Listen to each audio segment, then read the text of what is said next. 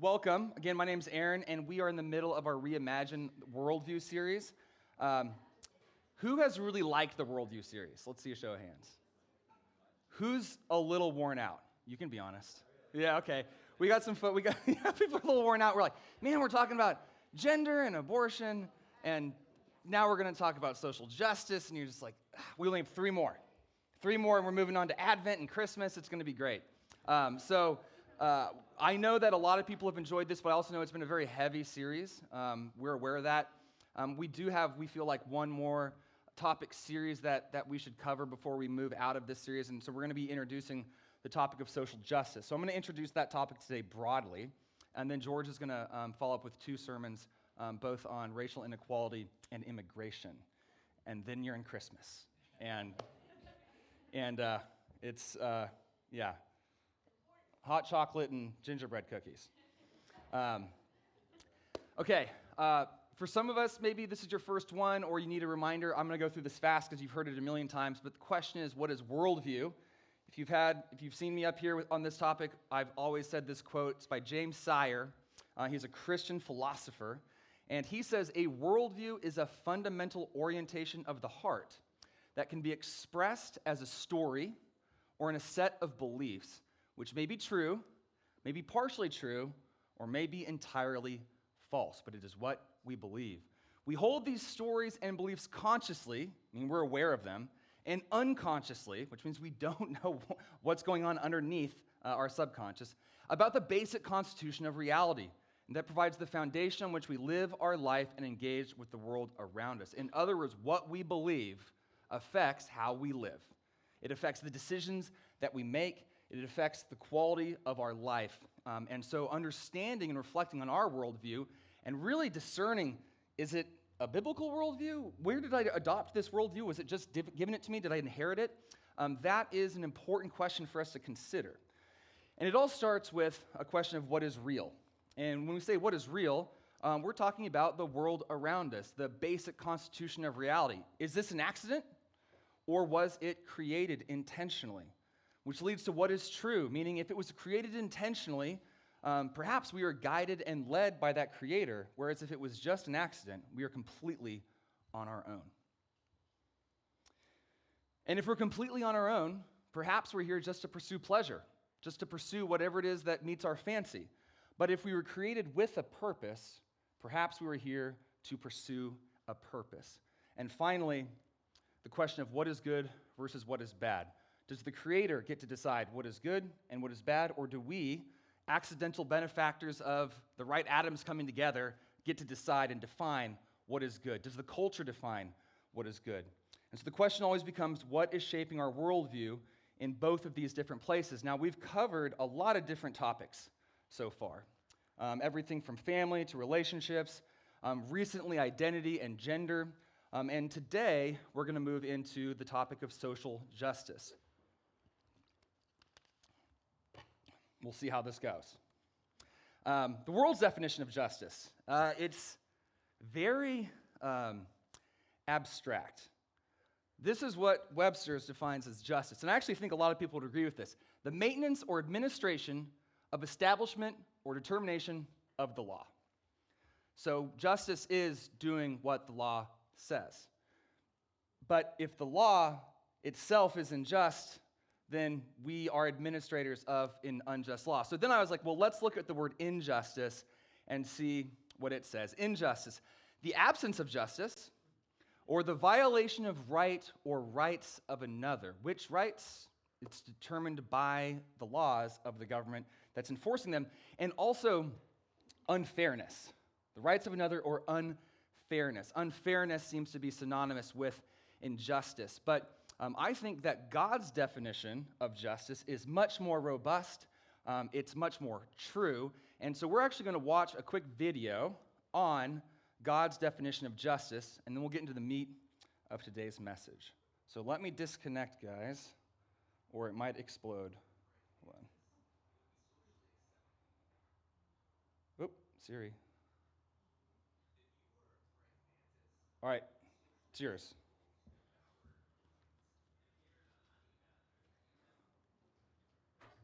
Oh, there we go.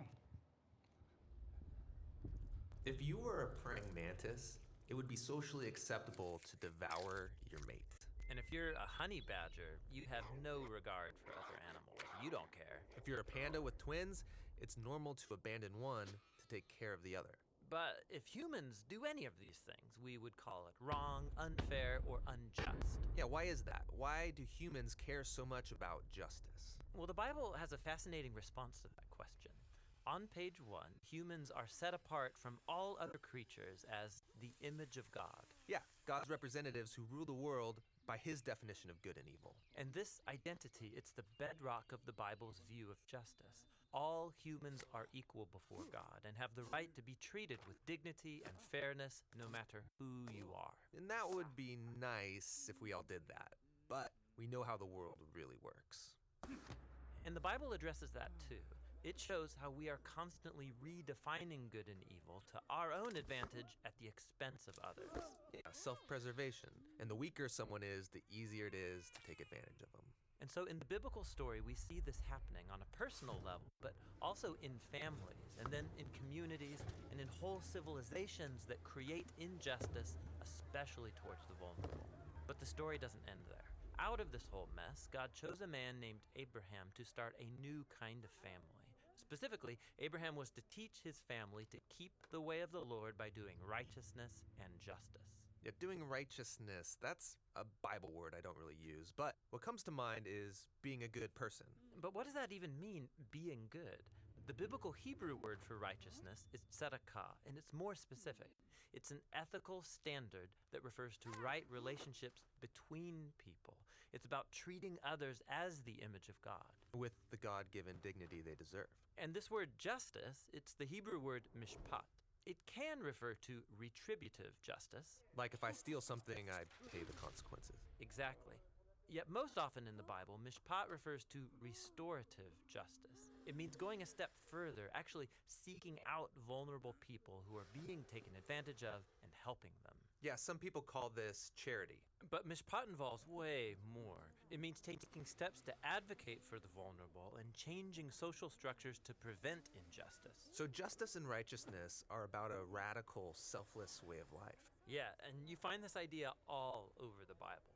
Like here, in the book of Proverbs, what does it mean to bring about just righteousness? Open your mouth for those who can't speak for themselves.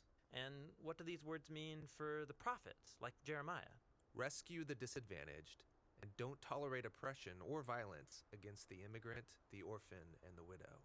And like here, look in the book of Psalms. The Lord God upholds justice for the oppressed, gives food to the hungry, and sets the prisoner free. But he thwarts the way of the wicked.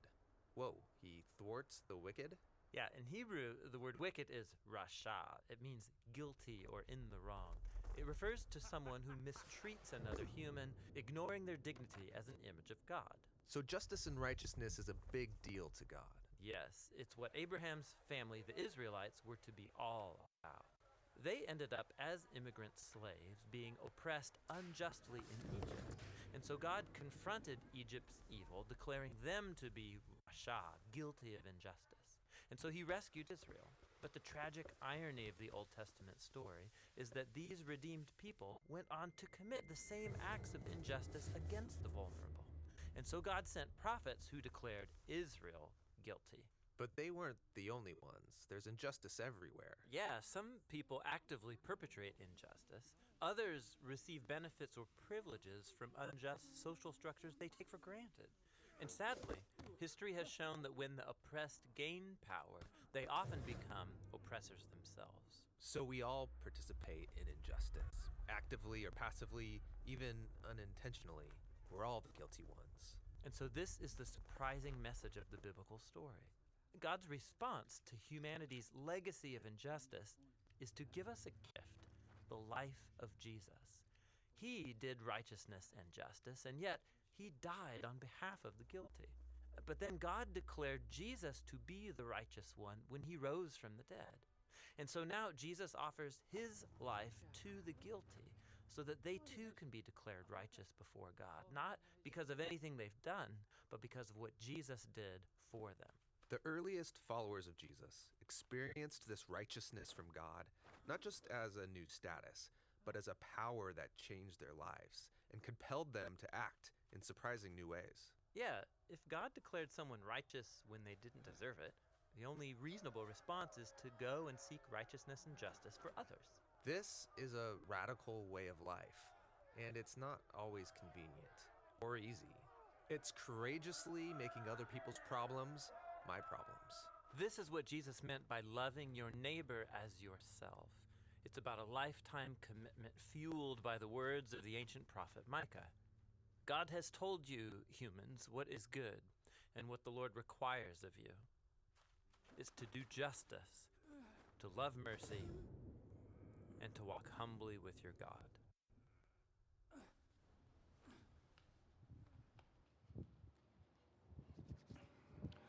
All right. A lot to unpack there, which we're going to do. Much more robust definition of justice, I think. And you can see that justice is inextricably, you cannot disconnect it from who God is. Justice has to do with who God is. So we're going to recap here really quick. Follow the right sequence of things. Yes.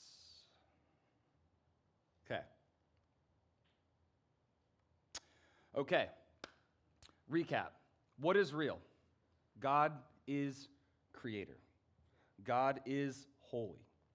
What is true? Since God is holy and perfect, he therefore must be just. But if you know the book of Job, then you would know that the world is not strictly ordered by justice. It's ordered by wisdom. But that does not change the fact that God is just and that he pursues justice, which means that if we follow Jesus, then what is good for us is to listen to God's definition of right and wrong and let him guide us towards truth and justice. But as we know, that happens in the garden. We sin. The world is full of sin. And so there is a battle in this world for us, both inside of ourselves and in the world around us, to pursue justice and to shun evil. Now that sounds straightforward, but I think if we all are honest with ourselves, how to do that in a very complicated world with very complicated stories becomes challenging. So I have a friend, Andy Crouch, who put together a framework of thinking about justice, injustice, and how we engage with the world that I'm going to offer to you today. So I can't take credit for this, and I think if you'd talk to Andy, he'd say I can't take credit for it either, because it's a revelation that he had from God. But it's a framework to think about justice and injustice, and I found it very helpful when I first heard it, and so I'm going to share it with you today. And it's a little unexpected, because what we're going to focus on is authority and vulnerability. Authority and vulnerability. You're like, what does this have to do with social justice? We're going to find out. So authority. Now, authority can be thought of a lot of different ways. Authority could be, like the prison guard has authority over the prisoner, or the king has authority over over their subjects. But authority really just means that you have capacity for meaningful action, which might mean you have to have been placed in a position of authority to have capacity for meaningful action. You might also need the capabilities, the skill sets to have capacity for meaningful action. But authority is really you have capacity for meaningful action. Vulnerability, we think vulnerability when I'm like, I'm going to get vulnerable with my spouse or my friend and share something that is difficult. And in some ways, that is exposing you to meaningful risk. But vulnerability could also be you're in the wilderness and you don't have food or water and you're completely dependent upon this God to provide it for you. In other words, you're very vulnerable. So when you think about authority and vulnerability, capacity for meaningful action, exposure to meaningful risk. Now we have like an NBA quad chart here with authority on the vertical axis and vulnerability on the horizontal axis. And we're going to use this chart today to help illustrate this point. If you're outside, move as close to the TV as you can. It'll help make more sense. Now, when we go to the story of Adam and Eve, we have two people with full authority and maximum vulnerability. The Lord God took the man and put him in the Garden of Eden to work it and take care of it. He put everything under their feet, the animals, the land, full image bearers of God in authority, dominion over the whole world. And he and his wife were both naked, yet felt no shame, fully exposed, fully vulnerable. And in that environment, there was flourishing. multiply over the earth. Take it and subdue it. Flourishing. The Garden of Eden, every plant that they would put their hands to would grow. This is a flourishing environment for those two humans. But as we know, sin enters and something gets broken. And so if we were to say the ideal location on this chart is in the top right, fully vulnerable, fully in authority, flourishing. But there's another area on this chart called safety. And it is at where you don't have authority, but you are not vulnerable. So we think of our children, especially babies, they have no capacity for meaningful action. Yet they feel completely safe. We like to feel safe. We don't like to feel vulnerable. It is uncomfortable for us.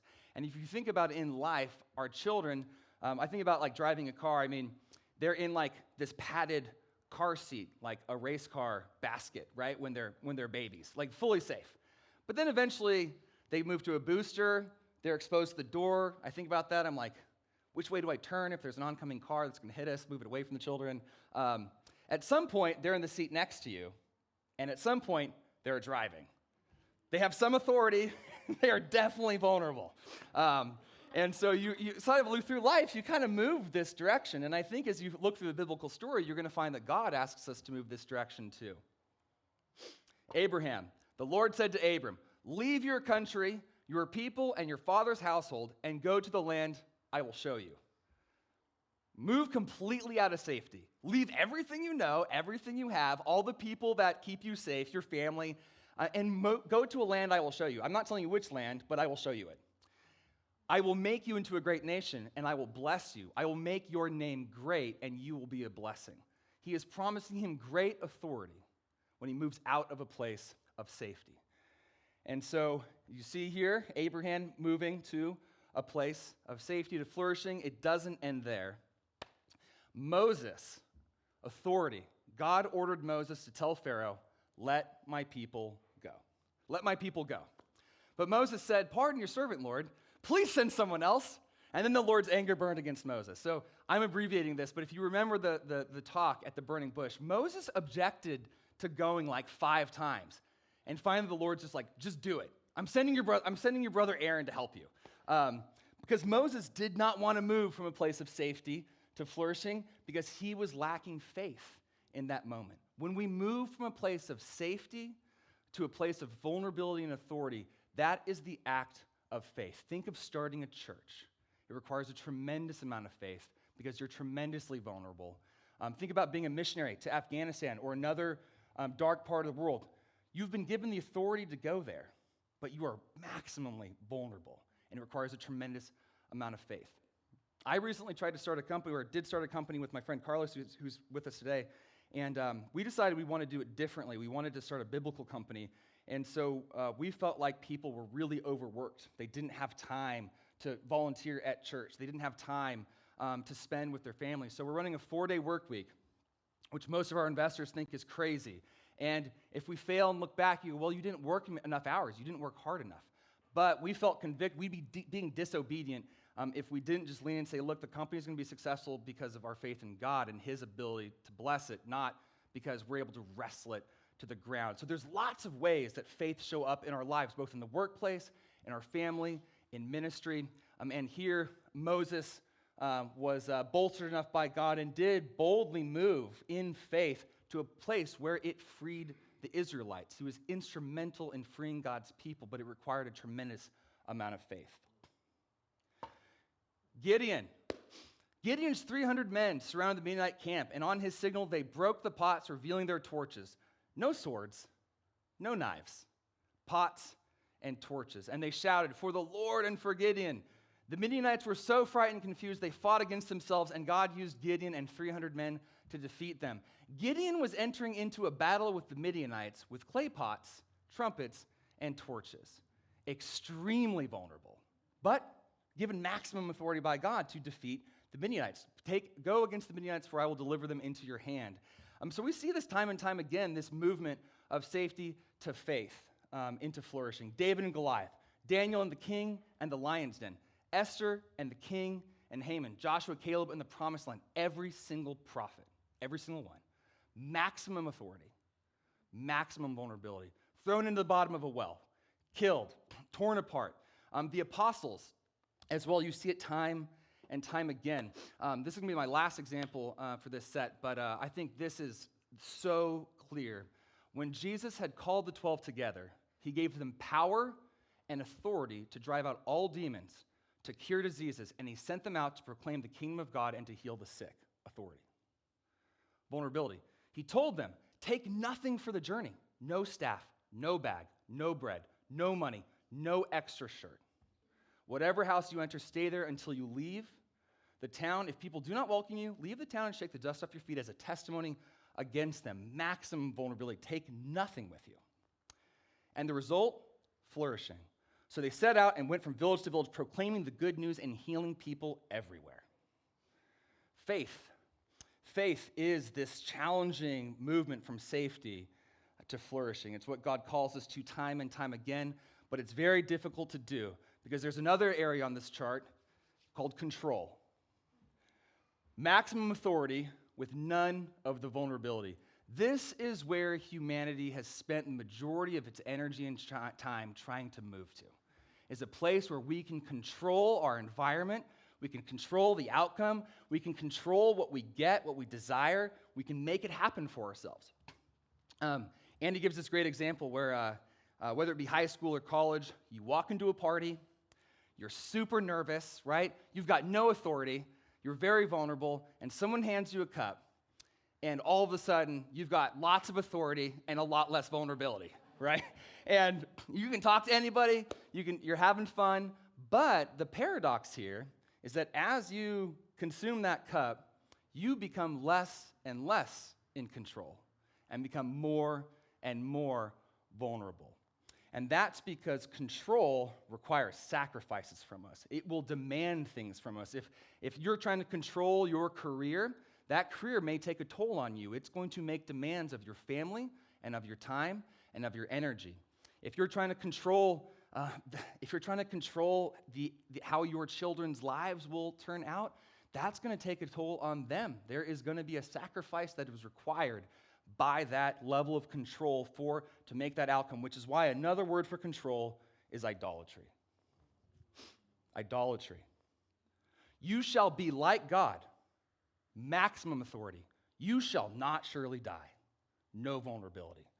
The lie from the very beginning is what idols offer us is what we want without any of the fear or the outcome of what might actually come. And the paradox is that they always take a toll. They demand their pound of flesh every single time. Both the idols that were very clear, worshiping Asherah for more children, or Molech for more money, or Zeus or Mars for winning the battle, whatever that idol was, that demanded a toll. Today, our idols are much more nefarious because they're not a statue sitting in the town square. That would be silly. But the idols still exist in our lives. And in many cases, that is just another form of control. And we all end up there at certain times. And as I mentioned before, control, you try to hold on to it, but the longer you do, the more vulnerable you become and the less authority that you have, unless you can transfer that to somebody else. And so it leads to injustice and suffering. In order to maintain power in a place where God has not given you that authority, you are going to have to enforce that control. You have to enforce that authority. That comes through armies, that comes through kings using injustice, countries using injustice in order to prop up whatever form of control they have, and it leads to suffering. And everybody here in this room has been in some sort of suffering before. We can all identify what it's like to be completely out of control and completely at the mercy of what God will bring, completely vulnerable, and just there's no recourse. You know, sometimes we get sick and we can go to the doctor, but I'm sure we've all had somebody in our life where they got sick and there wasn't anything that the doctors could do. There was nothing you could do to control the outcome there. You were completely in a place of vulnerability and likely suffering. And this is perpetuated through violence. Pharaoh and the Israelites. So the Egyptians put slave drivers over the people of Israel. The slave drivers treated them badly and made them work hard. The people suffered because of their hard labor. The slave drivers forced them to work with bricks and mud, and they made them do all kinds of work in the fields. The Israelites, back up, in Ecclesiastes we learn that one of the great gifts that God gives us, one of the great gifts that he gives us is to work the ground and have fruit from the work of our hands, from our labor. Just we work the fields and it produces food and we enjoy that food, and that's a great gift from God. But here, the Israelites are divorced from the fruits of their labor. Their productivity does not lead to anything. It only leads to productivity for the Egyptians, and they're placed in this position of suffering. And that is not the last time that this has happened.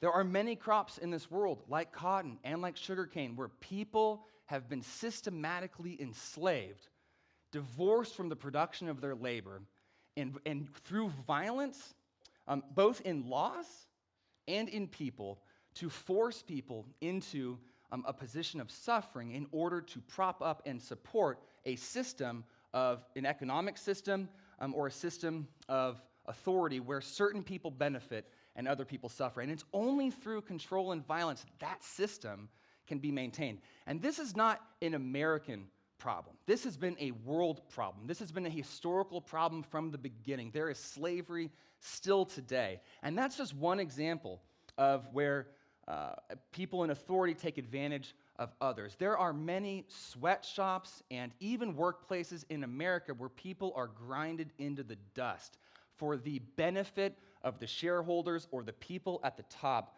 of that company. This is a human experience through and through. All of us have been at the end of some level of authority miswielded against us that's put us in a place of suffering. Now, when you divorce people from the fruit of their labor, over time, that leads to poverty. The Israelites had nothing in Israel, which is so interesting that when God calls them out, what do all the people do?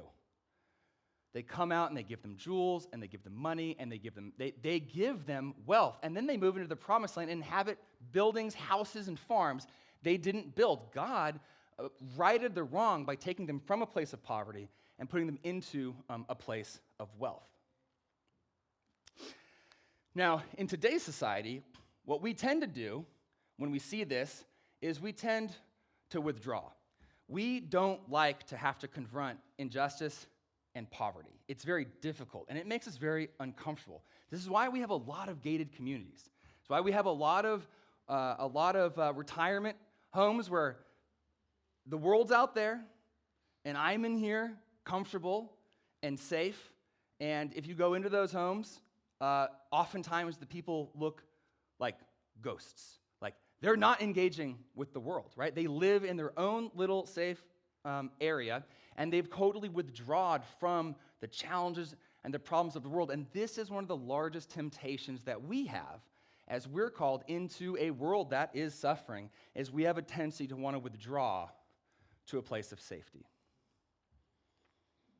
And then we justify that through charity. Maybe if we give money to poor people, we don't have to address the problem, right? I'm doing my best to help take care of them, you know? I'm not saying there's anything wrong with charity, but charity is not an excuse to not engage with the problem at hand.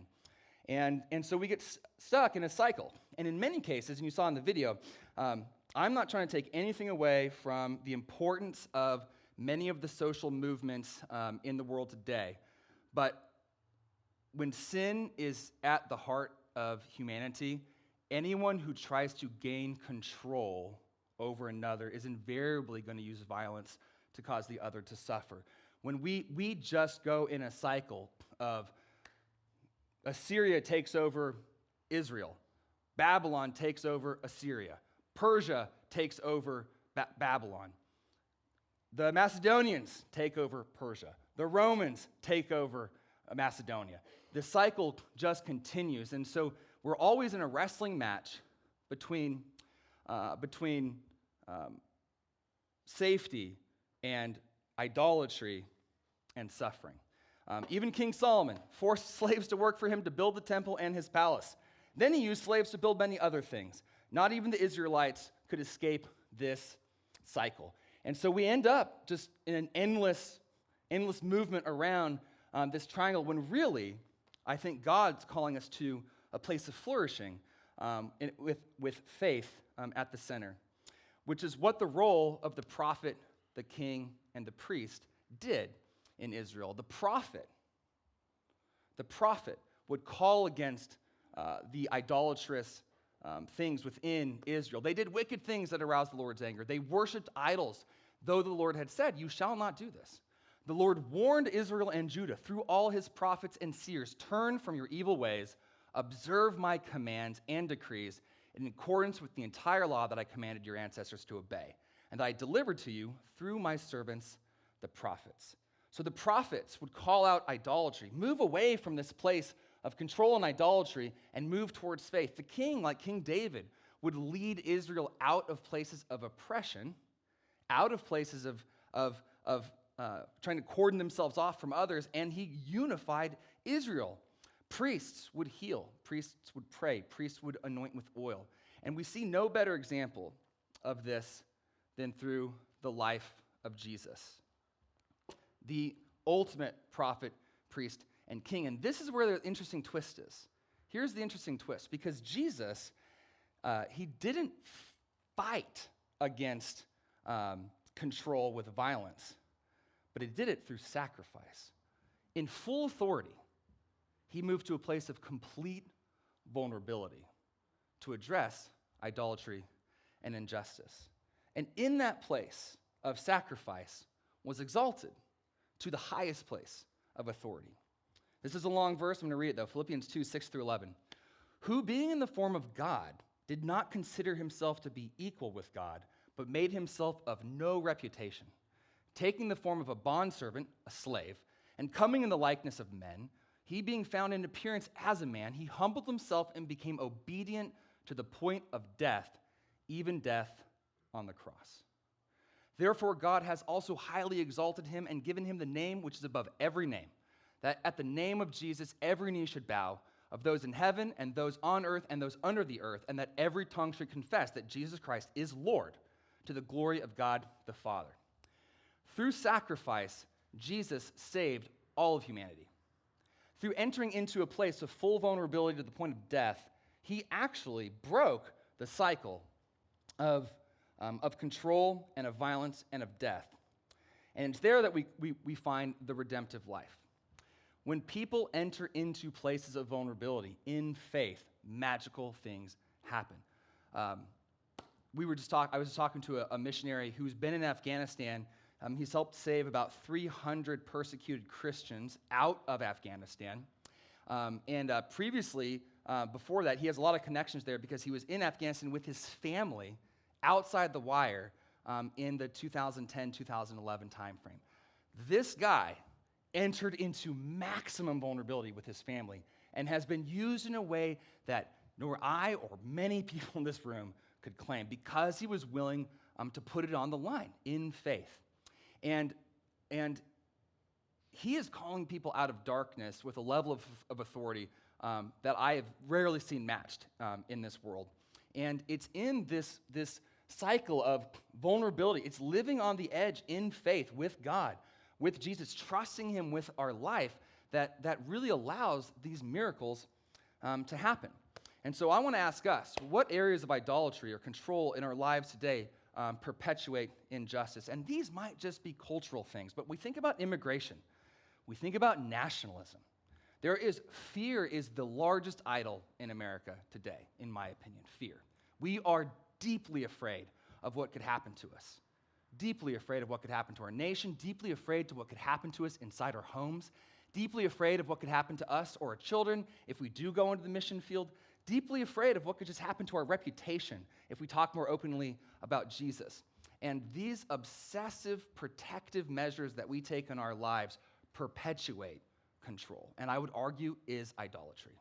I'm not going to go any further because I've already given you enough. I'll let George touch on those topics over the next couple weeks. But I would just ask you to consider, how has the church co-opted these idols in our generation today as the church? There is an unhealthy marriage between cultural values in America and what the church believes to be biblical. That's across different political spheres, including Democratic and Republican. There are unhealthy marriages between what culture thinks is right and what the Bible actually says is true. When we look at the life of Jesus, we see a radically sacrificial man that had the authority as a God come into this world. And if that is the person that we follow, if that's the example that we're to look to actually change the world and right wrongs and work against injustice, then I think it's worth us to consider how we could do that in our modern context today. So my homework for us this week in our small groups is, how am I entering into suffering sacrificially to live a redemptive life in the pursuit of the Lord? And the second is, how could I? I'm sure everybody here is sacrificing something in their life for the church, for God's people, to bring people to faith. If you're giving a percentage of your income, that is a sacrifice. You could use that on something else. You could use that on something for yourself. But how else could we go further to do that? A couple suggestions. Don't be afraid to enter into people's world who are suffering. If people are impoverished, you don't have to live on the opposite side of town from them. You can enter into their world by living near them. Yes, it means that you might be more vulnerable. Maybe it just means you have friends of different socioeconomic backgrounds. You intentionally pursue relationships of people that don't look like you and don't earn what you do. You intentionally enter their world.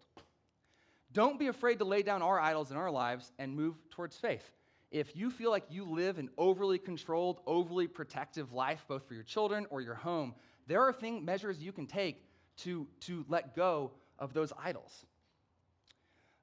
Don't be afraid to hire diversely and give everybody a shot. Don't be afraid to it's natural. I believe it's naturally biological for us to be afraid of people that aren't our tribe. Like, if you saw somebody that's not like you, you're like, that person's dangerous. I don't know who they are. They speak a different language. They're not like me. Sure, I get that. That might be a reason, but it's not necessarily an excuse. We have to actively work towards those biases. Don't be afraid to vote and pursue laws that are more just, but check them at the gates of the kingdom. Is this law what I believe to be culturally the Christian thing to do, or is there actually biblical truth behind this law? Moving away from abortion, we can all agree, absolutely a biblical truth and a law that we should pursue and push for. I admittedly, as I grew up Democratic and have voted for many Democrats. And after this past year, I'm like, I have a hard time doing that because of this law, right? Because of the perpetuation of abortion. And the truth is that that's on both sides. We're going to talk about immigration and we're going to talk about race. Neither party represent God faithfully at all. At all. They are both bad options. But that doesn't mean the laws apart from those parties, isn't something that we can pursue as faithful representatives of Jesus. But here's what I'll leave you with, and the band can come back up. At the end of the day, it's not actually about better laws. It's not actually about better charity. It's not actually about better jobs that lead to redemption. But when God's people enter into a sacrificial place, the very act of justice itself is what attracts people to the glory of God. When God's representatives go and do these actions, it's not a better policy that's going to make the world a better place. It's Jesus returning, right? It's Jesus returning. Jesus is going to heal this world. But when he uses people to call people to him, and he does that through his glory, and there is glory for God when we enter into those places, and the act of justice itself is felt and experienced by people around the world, and especially, for us here in San Diego County. So, next is going to be race and inequality, I think. Maybe immigration. Let's worship the Lord.